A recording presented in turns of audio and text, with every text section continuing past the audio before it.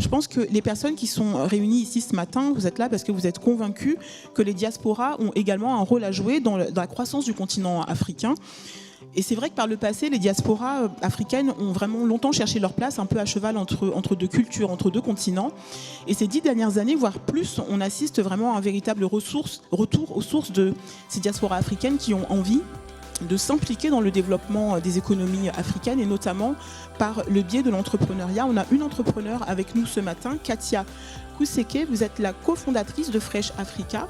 Est-ce que vous pouvez nous présenter en quelques mots votre activité? On va voir aussi que l'entrepreneuriat, c'est pas toujours une aventure individuelle avec vous, Denis Lemaou. Vous êtes le directeur du développement municipal pour les zones Afrique et Moyen-Orient pour Veolia et vous allez nous expliquer en gros comment est-ce que Veolia s'associe parfois avec des entrepreneurs pour développer des projets porteurs. Alors on va entrer dans le vif du sujet avec les intervenants qui sont présents avec nous ce matin. Je vais commencer avec vous, Katia Kouseke. Vous nous avez parlé de votre activité avec Fresh Africa et vous nous avez parlé de blockchain, de supply chain pour fiabiliser un peu la traçabilité des produits.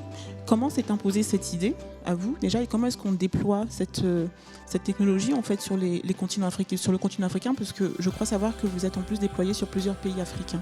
Totalement. Là, vous êtes entré vraiment dans la partie très technique de votre activité. Moi, je voulais que vous nous racontiez un petit peu comment est-ce que vous est venue cette idée, parce que je crois savoir que c'est parti d'une envie de manger un plat de chez vous et du questionnement qui s'en est suivi en sachant comment est-ce qu'il était arrivé finalement jusqu'ici.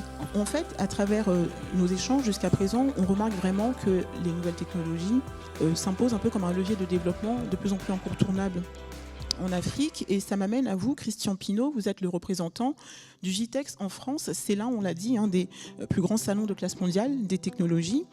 Et pour la première fois cette année, ce salon va se tenir en Afrique, plus précisément à Marrakech au Maroc. Alors, simple coïncidence ou est-ce que vraiment on peut dire qu'aujourd'hui, le continent africain représente un nouvel Eldorado pour les nouvelles technologies?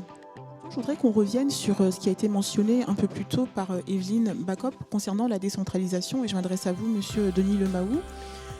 On peut remarquer qu'aujourd'hui, des groupes comme Veolia ont intégré des partenariats avec les entrepreneurs africains dans leur stratégie. C'est le cas au Niger, on l'a dit, vous opérez avec Veolia, vous attaquez à la problématique de l'eau potable. Et justement, ces partenariats avec les entrepreneurs vous permettent aussi de décentraliser un peu les services. Quels sont les projets qui sont susceptibles de piquer en quelques mots votre intérêt? Quels sont les secteurs dans lesquels Veolia serait heureux de s'investir avec les entrepreneurs en Afrique? On a accueilli Karim Amor. Karim Amor, vous êtes le président du groupe des Marocains entrepreneurs du monde.